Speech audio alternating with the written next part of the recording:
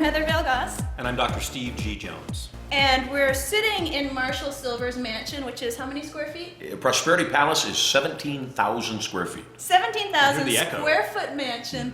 And we are appropriately enough talking about ways that you can become prosperous as well. And now we're going to talk about what Marshall calls irresistible influence, which sounds pretty intriguing. Yes, it's one of my favorite topics, actually. I believe that everything that you want that you don't have, you're going to get from other people. And so you've got to learn the skill set of irresistible influence. And it's not just selling. I take it one step further. I believe that influence isn't getting somebody else to say yes. That what influence is getting someone else to ask you for what you're selling. And here's the part that's going to make you tingle. Have them believe it was their idea. Okay. And so what's exciting about that is you're really shifting their subconscious mind. So Yeah. before I talk about what irresistible influence is and how to get there, I want to do some foundational lessons on what influence is and how it's created. When you believe in what you're selling, you have a moral and ethical obligation to sell it. And the converse is also true. When you don't believe in what you're selling, you have a moral and ethical obligation not to sell it, even if it changed. Yeah. Even if at one point you believed in something and then suddenly you didn't, both sides, you have an ethical obligation to sell or not sell based upon whether or not you stand behind the products or believe in those products.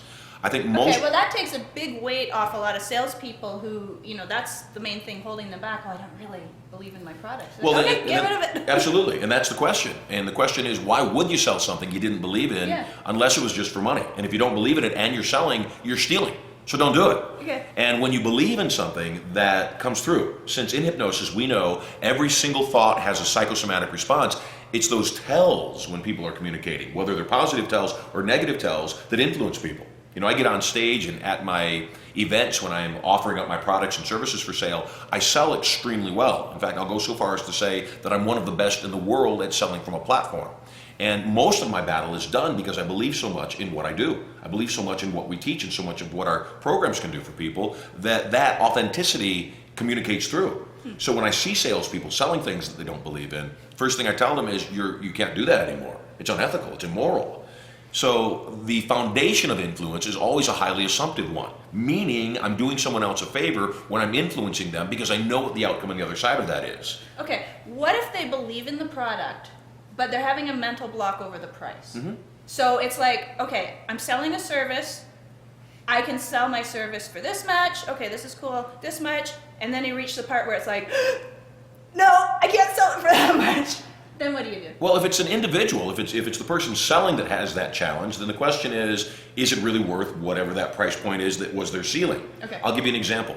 Years ago, I got a call from a seminar friend of mine that I didn't know at the time, and he called me up and he said, "We want you to come out and do your hypnotic stage show. What would you charge?" And I said, "That'd be $25,000. He said, "Oh my God, is that the best you can do?" I said, "Yeah, that's the bottom price. That's the investment." He said, "Well, what if I let you lecture the next day at my conference?" I said, "Then I'd let you pay me another $25K. And he said, "No, you don't understand." He said, "What if you came to my conference and you sold something and you got to keep the money?" I said, "How many people at the conference?" He said, 1,000 people. I didn't have a booking during the dates he was asking me for. So my belief is always take a bad gig until a good gig comes along. So I took the date. Okay. Flew out to Atlanta, lectured in front of 1,000 people, did my show at night, blew their minds, came back the next day, as I do in my lectures, and I explained how I did everything in the show, and more importantly, how to apply it to their lives. So how to apply it to relationships, how to apply it to building wealth, emotional, mental, physical, and even spiritual well-being. And at the end of my talk, I offered up a $500 seminar. When I offered up the $500 seminar to the audience, 800 people ran to the back to buy. Wow. So in the course of 90 minutes, I sold $400,000 worth of goods, which means if I had charged them 50 grand, that's all I would have made. Yeah. In essence, I multiplied my income 8 times over.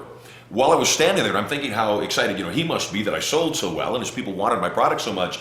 He's looking at me and he's kind of glaring at me, and I'm thinking, oh my gosh, I bet he wishes he had taken a split from this, taken some of the money. Yeah. And I said, "Are you upset because you didn't get a split?" He said, "No, I'll get a split next time." He said, "I'm okay with it right now."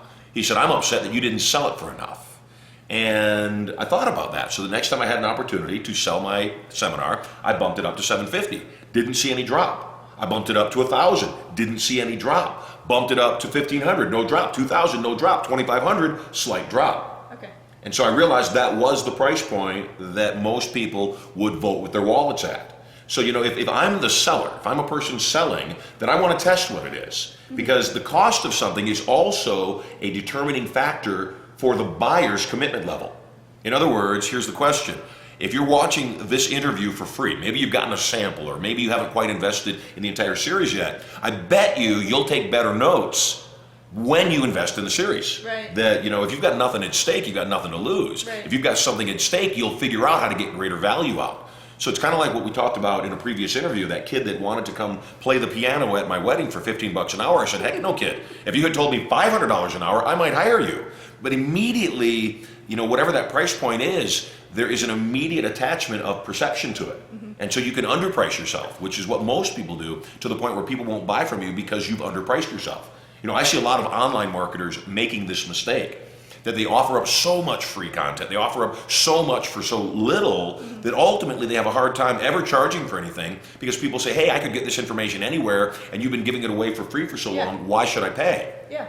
It's the same thing in romance. If somebody gets into a relationship or a situation that doesn't lift them up and doesn't build them up, they begin to think that's normal. Yeah. I myself was in many toxic relationships before I met my amazing wife, Erica. And I thought that's just how it was. I thought that's how people interact.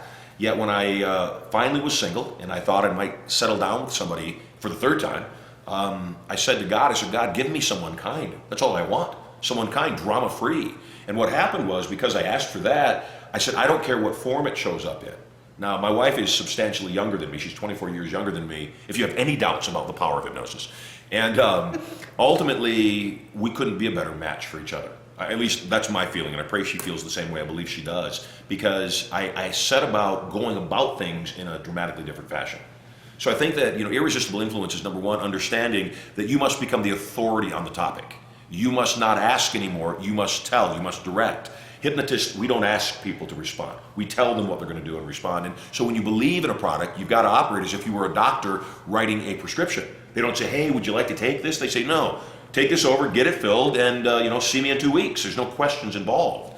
Part of influence is understanding that all buying decisions are based first on emotion and then backed up with logic. Yeah. Back to the $400,000 car. Nobody needs a $400,000 automobile or a 17,000 square foot home until you've driven one and lived in one. Okay. And so, since all buying decisions are based first on emotion, then backed up with logic, I drive the car, it feels good. I think, yeah, I could pick up clients in this car. Yeah, I could do more business. I could put a picture of this on a slide at the back of my talk and create validation that I'm a success. Your brain starts to justify the reason that you can and need to afford that price point.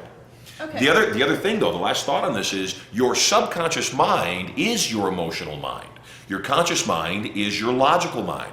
Therefore, all buying decisions are based first subconsciously and then backed up consciously. Okay, so when you talk about irresistible influence, you're talking about influencing the subconscious mind, the emotional level? What I said as a definition at the top of this interview was that influence is the ability to get someone else to ask you for what you're selling and have them believe it was their idea. And that has to be on a subconscious level. It always is on a subconscious level, because conscious is logic and conscious is conversation. Yeah. So subconscious is that way of speaking directly to the subconscious mind without the conscious critical factor being the gatekeeper that it is, just setting aside that critical factor and allowing the programs, the suggestions, the influence to speak directly to the subconscious mind so that it doesn't resist. Well, let me give you an example. Okay. Refreshing, cool, delicious.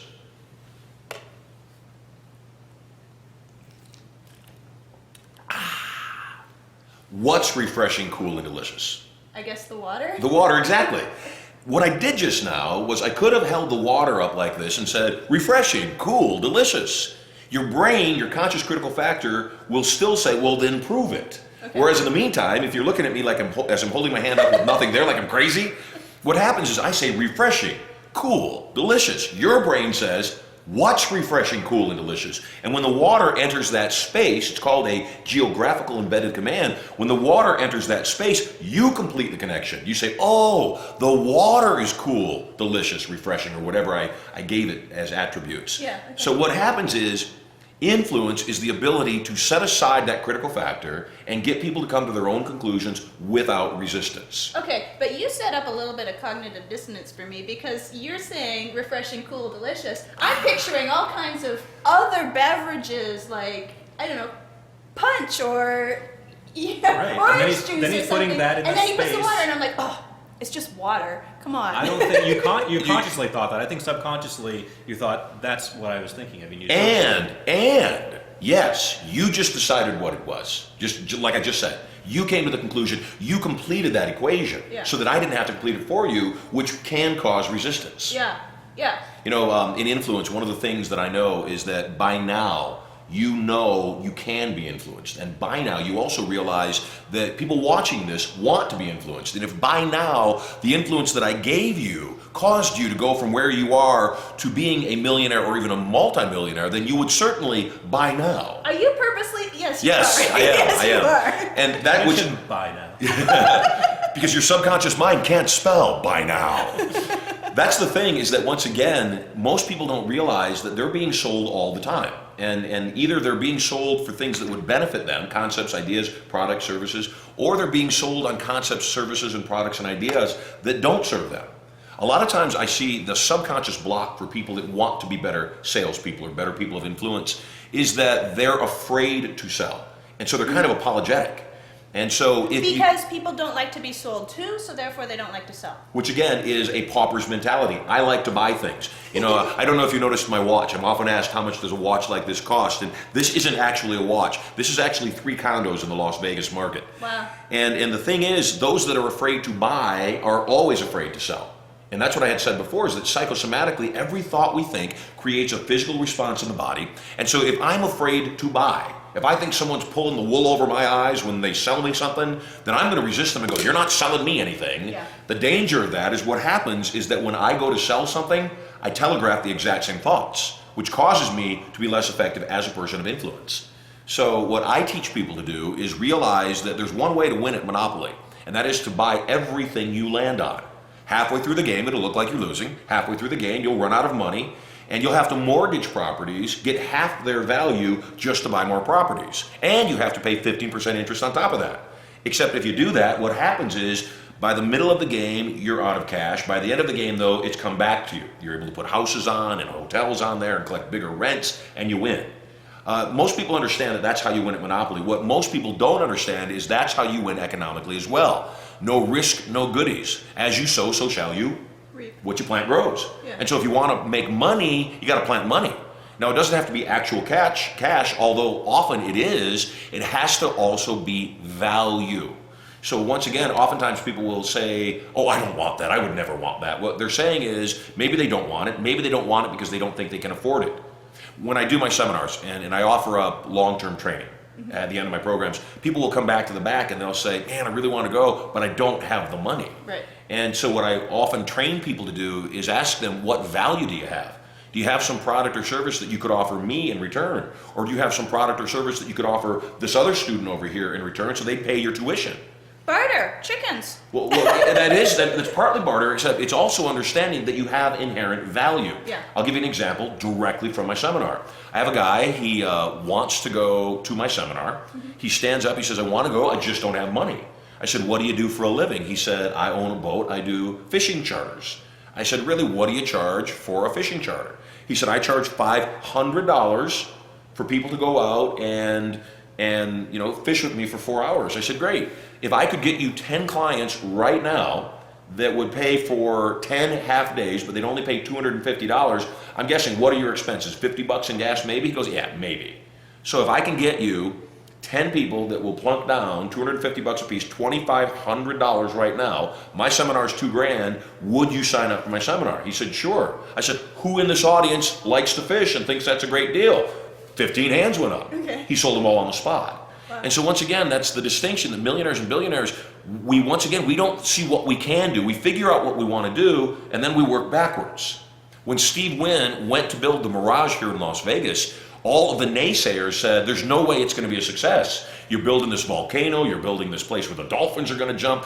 It's going to cost you $1 million a day just to stay in business. In other words, they have to gamble and lose $1 million a day just to stay in business. Well, as they say, the rest is history.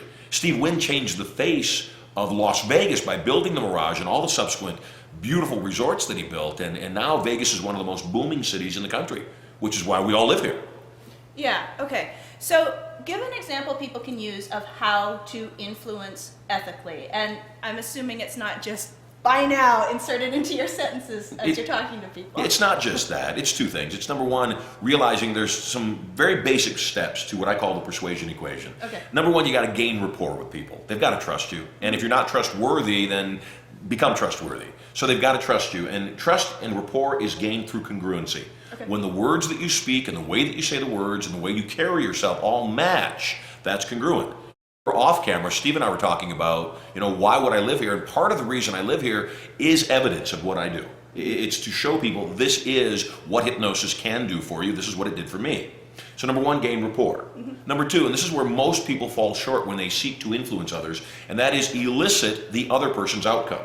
In other words, don't sell what you're selling, sell what they're buying. Okay. So if I elicit your outcome and I know that what you want, let's say I'm a realtor, and you tell me I'm looking for a home for my family, I don't say to you, let's go take a look at houses, because that's not what you asked me for. Right. You asked me for a home, and there's a difference. So I elicit your outcome because my job as a person of influence is to take the thing that I'm selling and frame it in such a way that it looks like what you want. Okay. If I take any of the works of art around the palace here and I put a different frame around it, the entire piece of art will be viewed differently. So number one, gain rapport, and you do that by being congruent, by being trustworthy. Number two, elicit the other person's outcome. Number three, give them a directive, tell them what to do. I guess we've covered just about everything. The only question that remains is how soon you'll be enjoying the home that you now want. Let's sit down and take care of the paperwork. Come with me. So those are all directives. In hypnosis, Steve would teach you, and I will teach you, that small commitments lead to large commitments. If I'm doing my hypnotic stage show, I don't bring everybody up on stage and then hypnotize them all to sing like Madonna. No, first I want to hypnotize them to just close their eyes. Then I want to hypnotize them to relax their neck muscles. Then I want to hypnotize them to lean on the person beside them, because each and every response that they follow, each and every directive that they do, that I've directed them to do, makes it easier for a bigger and bigger and bigger directive to be followed without question. Now, the only time a person will ever say no is when they fear a loss. If I offer up a $3,000 seminar to you and you're positive, you've seen validation in other students, you've had rave reviews, everything I'm saying makes sense to you, and you know that $3,000 investment is going to come back as $1 million over 12 months, it's a brain dead decision. Only a moron wouldn't invest in that seminar. And so at that point, I've created rapport, I've got trust, I've elicited outcome, I've made sure that I'm selling what they want. If I stand up on a stage of professional photographers, I'm going to speak and frame my offer in a different way than I would if I was standing in front of a group of real estate investors. Okay. So gain rapport, elicit outcome, frame what I'm selling to look like what they want, and then give a directive. Here's how you acquire the thing that I'm selling. The only time a person will say no is if they fear a loss. If they fear a loss, what I have to do is give more validation, give more information, and then give a directive again in a different way. And I repeat those last two steps back and forth until the influence is done. Now, on a previous interview, we talked about something, and I called it target-rich environments. One of the things that most people fall short on, let's say they get involved in an MLM or a network marketing opportunity. They go back and talk to all their friends and family, and they say, hey, you got to really come, drink this juice with me, or, take these vitamins. And the truth is their friends and family have heard them go through one money-making program to the next, and every month it's something different, and they're exhausted. Yeah. I tell people, don't even talk to your friends and family. Don't even offer up to them, because Jesus didn't do miracles in his own city. They're going to be the most resistive to you. Yeah. Go talk to strangers. Talk to the dry cleaner that you drop your clothes off at. Talk to your realtor. Talk to the people that serve you coffee, Starbucks. Those are a better target-rich environment. And a target-rich environment is somebody that would likely want what you're selling. Again, it's the old joke.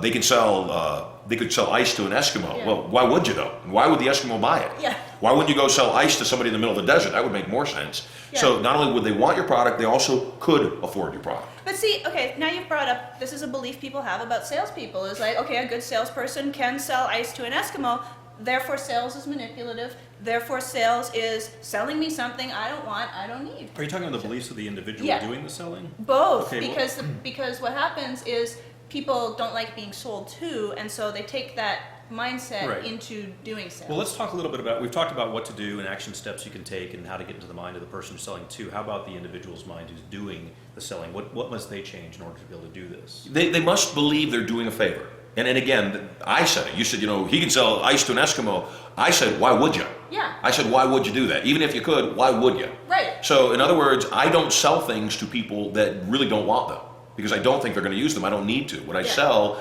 has enough application that there are more than enough customers for my products. Okay. And again, it comes back down to that ethics. And this is what you were asking. What does an individual have to have in their brain? And I said it before. If you don't believe in what you're selling, stop. You know, I see a lot of people, not just online, offline, selling absolute crap. And stop it. Don't do it. Find good stuff. Create better products. That's why you guys are working hard as you create these series of interviews for people. And, you know, good stuff, ultimately the truth is always revealed. So if something is good, if it is valuable, ultimately that value will be revealed. For me, though, as a salesperson, one of the first things I had to do was find what I loved selling, what I knew really did help people. Right. And then beyond that, I had to also recognize that I'm doing somebody else a favor. So I don't feel bad when they say no to me. I don't feel bad for me. I feel bad for them. You know, at my whenever I am on stage selling anything, one of the first things I do is ask the audience who believes I'm going to try to sell you something. And the audience all put their hands up, and I tell them, I will not let you down. I'm not going to try even. I'm going to sell you something. It's good for me. It's good for you. It's good for the entire economy. And then a lot of times I'll see people, in the example of selling from a platform, from a stage, they'll be covert about it. And they'll say, oh, my talk is 95% content, 5% sales. Yeah. And my question is, how do you differentiate that? I mean, how could you possibly split percentages? Right. My entire presentation is content. My entire presentation is sales. So it's 200%. Right. I'll give you an example that also answers your question directly from my talks. In my talks, I tell the audience that I'm going to bring one person from the audience up on stage. It's going to look like all I'm doing is having a conversation with them. And at the same time, though, I'm going to sell them something they didn't even know they wanted. And when I'm done, they're going to say thank you. And they didn't even want when I started, except when I'm done, they're going to say thank you and be grateful that I sold them that thing. And then the thing that I sell them is I sell them on eating fire. In fact, I don't even just sell them on eating fire. I sell them on commanding me to hand them a torch and commanding me to light it up so that they can eat fire. They've never eaten fire in their life. And I've seen him do this, by Now, the way. Okay. and if you think about it, Heather, there's no real logic to why there'd be any benefit for the common person, the ordinary individual to eat fire. Empowerment, I would think. Maybe. Okay. So once again, it gets back to that thing. Nobody needs a $400,000 automobile to get from point A to point B. Nobody needs to eat fire. Until you drive one or until you've eaten the fire. Okay. And then you understand the benefits of that. Right. And so, you know, a lot of times people don't know what they don't know. So if I'm selling something to somebody that they really don't want, yet I know what's on the other side of that, and I know how their life will change forever, then what happens is I'm doing them a favor. Right. And so what I encourage all salespeople to do, including you guys, which clearly you do, that is find out what people need. That's why that elicitation of outcome is so important. Find out what they need.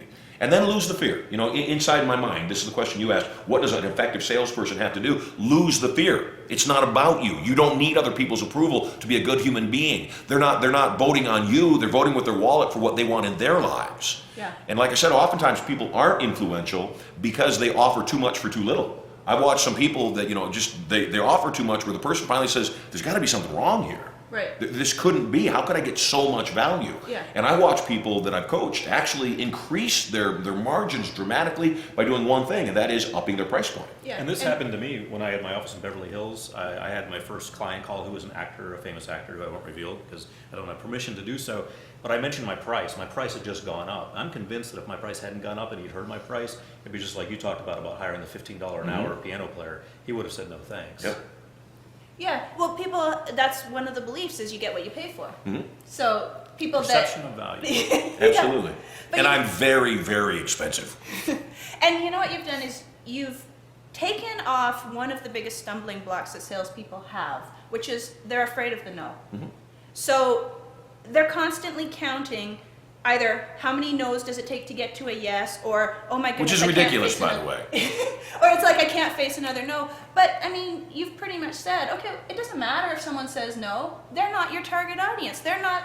Well, it's not personal. That's the point. Yeah. It's not personal. And, Yeah. and the old adage of, it takes 9 no's to get to a yes, or however many it takes. Yes, there are percentages. You know, when I step on a platform and I'm selling something at a particular price point, I know, given a qualified audience, what percentage is likely to buy my product. I know that from years and years and years of experience. At the same time, though, I would never in a million years think, okay, I'm going to get 9 no's before I hear yes. What I'm going to do is constantly rehearse, review, revise my presentation until it's as effective as it can be in inspiring, influencing as many people as are qualified.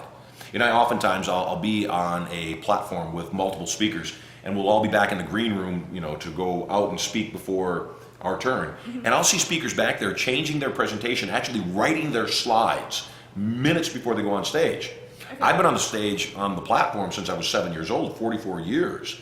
I wouldn't dream of changing my presentation the next 5 minutes before getting on stage. Because what I've done is I've taken the presentation and exactly crafted that script word for word for word for word for word till I can get the utmost response. And I would never dream of changing everything, because then I can't, it's not a split test anymore. Yeah. Then I can't know what works. Well, maybe they're changing it because they were inspired by something you did and you said. It's like, Or oh maybe my they're just- goodness. they're probably Well, just nervous. Could be. Yeah, I think that's what it is. They're ill-prepared. But here's one more thing, and this is very important. My whole message, my belief, is that when people understand how the economy actually works, that, you know, there's a good economy when people are buying and selling, and a bad economy when everybody's holding tight to their money. So one of the things that happens is that when an economy is bad, sometimes people focus on the economy itself being bad, not realizing it's not their economy.